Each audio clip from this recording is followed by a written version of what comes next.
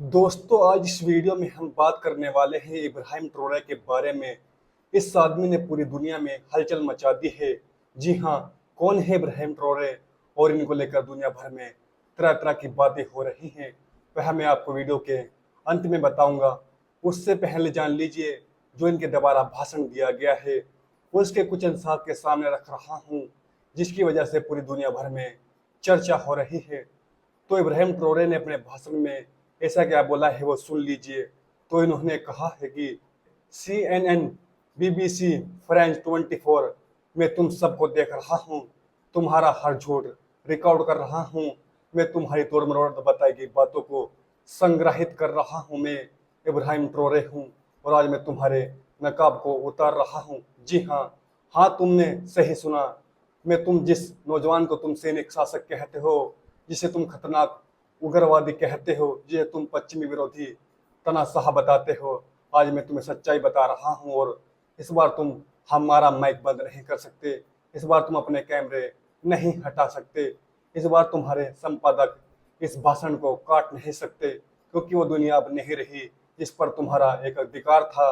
अब करोड़ों लोग यह बातें सुनेंगे बिना फिल्टर के गुजरे, बिना तुम्हारे झूठों में लिपटे, बिना तुम्हारी गंदगी में सने। मैं 34 साल का हूँ। जी हाँ, उसके बाद वो कहते हैं कि मैंने अपनी जिंदगी के हर दिन तुम्हारे झूठों में बिताए हैं। बचपन में टीवी पर अफ्रीका देखा करता था, हमेशा वही तस्वीरें, मक्खियों से घिरे बच्चे, सूखी जमीन, हथियार और मौत, यही अफ्रीका उन्होंने हमें बताया है टीवी वालों ने कि अफ्रीका ऐसा ही होता है। और हमने मान लिया, हमें खुद पर शर्म आने लगी, हमें अपनी धरती, अपने लोगों से शर्म आने लगी। लेकिन फिर मैं बड़ा हुआ, मैंने पढ़ा, रिसर्च किया, सवाल किए और मुझे समझ आया कि जो अफ्रीका तुमने हमें दिखाया वह असली नहीं था। जो कहानी तुमने हमें सुनाई वो एक झूठ थी, जो किस्मत तुमने हमारे लिए तय की वो एक स्क्रिप्ट थी जो तुमने सालों पहले लिखी थी। तुमने अफ्रीका को कैसे दिखाया, कैसे बेचा, ऐसे जैसे वह इंसान ही ना हो, जैसे वहाँ किसी जंगल के जानवर हो, जैसे हम तुम्हारे इंतजार में पड़े हुए बेचारे हो। हर दिन, हर घंटे, हर मिनट तुम्हारी स्क्रीन पर यही कहानी, भूख, युद्ध, बीमारी, भ्रष्टाचार, अराजकता। जब कोई अफ्रीका कहता है तो तुम्हारे शब्दकोश में और कोई शब्द नहीं होता। ना उम्मीद, ना सफलता, ना विकास, ना प्रतिरोध, ना इज्जत, ना गर्व, ना जीत। तो मैं तुमसे पूछता हूँ, New York Times, Washington Post, Guardian, Le Monde, कभी अफ्रीका की कामयाबी को भी अपनी हेडलाइंस आप लोगों ने बनाया है? जी हाँ। कितनी बार तुमने रवांडा की टेक्नोलॉजी क्रांति के बारे में लिखा है? कितनी बार तुमने इथोपिया के पूर्ण नवीकरण को प्रोजेक्ट को दिखाया है? कितनी बार तुमने मसोना के लोकतांत्रिक सफलता की, कितनी बार तुमने केनिया की एंटरप्रेन्योरशिप की कहानी सुनाई है? नहीं, क्योंकि यह तुम्हारी स्क्रीन में फिट नहीं बैठती। तुम्हारी अफ्रीका की कहानी है, अफ्रीका सफल नहीं हो सकता, अफ्रीका को मदद की जरूरत नहीं है, तो तुम कैसे हस्तक्षेप करोगे? अगर हम पिछड़े नहीं तो तुम हमें नीचा कैसे दिखाओगे? क्या कभी तुम्हारे किसी संपादक ने, किसी रिपोर्टर ने सोचा है कि दुनिया के सबसे अमीर जमीनों पर बसे लोग गरीब क्यों हैं? तो सुन लीजिए, मैं आपको असली आंकड़े दिखा देता हूँ। आंकड़े आप देखिए, दुनिया का 70% कोबाल्ट अफ्रीका के पास है। जी हाँ, उसके बाद तुम्हारे फोन, लैपटॉप, इलेक्ट्रॉनिक कार इसके बिना नहीं चल सकेंगे। यह कोबाल्ट कांगो से आता है, लेकिन वहाँ के लोग मोबाइल नहीं खरीद सकते। यह स्थिति है। दुनिया का 90% प्लेटिनियम अफ्रीका से आता है, साउथ अफ्रीका से भी। और वहाँ के लोग बेरोजगारी में डूबे हुए हैं, वहाँ बहुत ज़्यादा बेरोजगारी है। 30% सोना माली, बुर्किना फांसो, घाना, तंजानिया से और सोना की नदियाँ की तरफ बहता है। वहाँ पर लोग गरीबी में तैरते हैं, वो लोग गरीब होते गए। 65% हीरे बोत्सवाना, अंगोला, कांगो, सियारा और यान की जगह से आते हैं। वहाँ अरबों डॉलर के हीरे निकाले जाते हैं, लेकिन मजदूर सिर्फ $1 रोज कमाते हैं। यह स्थिति है। 35% uranium Nigeria, Nabia, south Africa जैसी जगहों से आता है। पेरिस की लाइटें हमारे यूरेनियम से जलती हैं, लेकिन हमारे गांव में बिजली नहीं है। और तुम पूछते हो अफ्रीका गरीब क्यों है? यही सवाल है, अफ्रीका को इतना अमीर होते हुए गरीब कैसे बनाए रखा गया? तो जवाब है, उपनिदेशक कभी खत्म नहीं हुआ, उसने बस रूप बदला है, अपना अस्तित्व बदला है, थोड़ा सा बदला है। पहले तुम हमारे देश पर कब्जा करते थे, अब कंपनी खोलते हो, तुम जबरदस्ती लेते हो। अब तुम समझौते करवाते हो, पहले तुम कोड़ों में शासन करते थे, अब तुम कर्ज देकर शासन करते हो।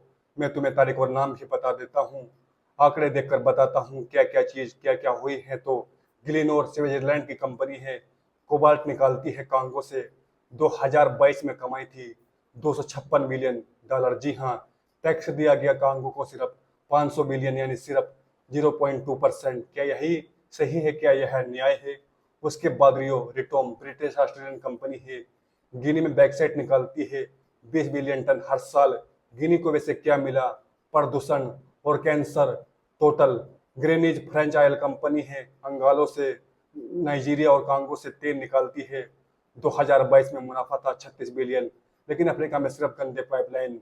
जी हाँ, उसके बाद कहते हैं इब्राहिम, अंगालो अमेरिकन साउथ अफ्रीका से शुरू हुई, अब लंदन में है। हीरे, प्लेटिनियम, लोहा सब ले लिया और छोड़ गए 60 लाख बेरोजगार मजदूर। जी हाँ, यह तो सिर्फ बर्क से नोक है, बाकी का क्या है? छुपे हुए सौदे, सीक्रेट बैंक, टैक्स, चालबाजियां। हर साल 88 बिलियन अवैध रूप से अफ्रीका के बाहर जाता है। तुम 45 बिलियन डॉलर की मदद लिखते हो, पर कोई यह नहीं लिखता अफ्रीका मदद पाने वाला देश नहीं बल्कि मदद देने वाला देश है।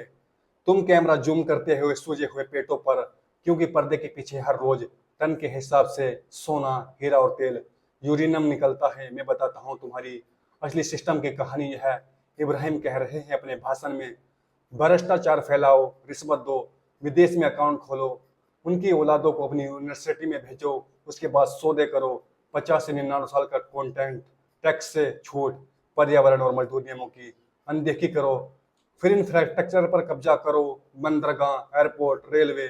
सिर्फ खदान से पोर्ट तक, गांव तक कोई सड़क ना बनाओ। सिर्फ इन जगहों पर सड़क बनाओ, लेकिन गांव में सड़कें मत बनाओ। स्कूलों में बिजली मत पहुंचाओ। जिहान के कारनामे हैं, सुरक्षा दो प्राइवेट लिमिटेड कंपनियां, हथियार दो, विरोध को आतंकी घोषित करो और मीडिया को चुप कराओ। जो लोकल पत्रकार हैं उनको खरीदो, विरोधी आवाजों को दबाओ, बाहर की मीडिया को सिर्फ अराजकता दिखाओ। यह इनकी बातें हैं, इस तरह का सिस्टम है यहाँ पर। यह सिस्टम 100 साल से चल रहा है। तुम इसे नहीं देखना चाहते क्योंकि तुम खुद भी इसका हिस्सा हो। ये उनके भाषण के कुछ अंश है जो बडासपुर मीडिया पर छपे हैं, जिसने उनके भाषण को ट्रांसलेट करके दरअसल बताया है। बडासपुर मीडिया पर इस तरह की पूरी जानकारी लिखी गई है। मैं आपको यह बताता हूँ कि आखिर जो ये इब्राहिम टोरे हैं, यह है कौन। इब्राहिम टोरे का जन्म बुर्किना फासो के महान प्रांत के बुदकोई में हुआ और उन्होंने बुदोइयो लासो में हाई स्कूल की पढ़ाई की, जहां उन्हें शांत और प्रतिभाशाली छात्र के रूप में जाना जाता था। उन्होंने सैन्य प्रशिक्षण प्राप्त किया और 2022 में तख्ता पलट के जरिए अंतरिम राष्ट्रपति पॉल हैरी सांडोव दबीबा को हटाकर सत्ता हासिल की। जी हाँ, इब्राहिम ट्रोरे ने बुर्किना फासो के पूर्व उपनिदेशक शक्ति फ्रांस से दूरी बनाकर रूस के साथ गठजोड़ किया। उन्होंने साहेल राज्यों से गठबंधन कहीं न कहीं स्थापना में महत्वपूर्ण भूमिका निभाई। नेतृत्वशील की बात करें तो उनकी नीतियों से देश आत्मनिर्भर बनने और क्षेत्रीय सहयोग बढ़ाने में केंद्रित है। तो वह सबसे युवा राष्ट्रपति भी माने जाते हैं जो आजकल सोशल मीडिया पर छाए हुए हैं।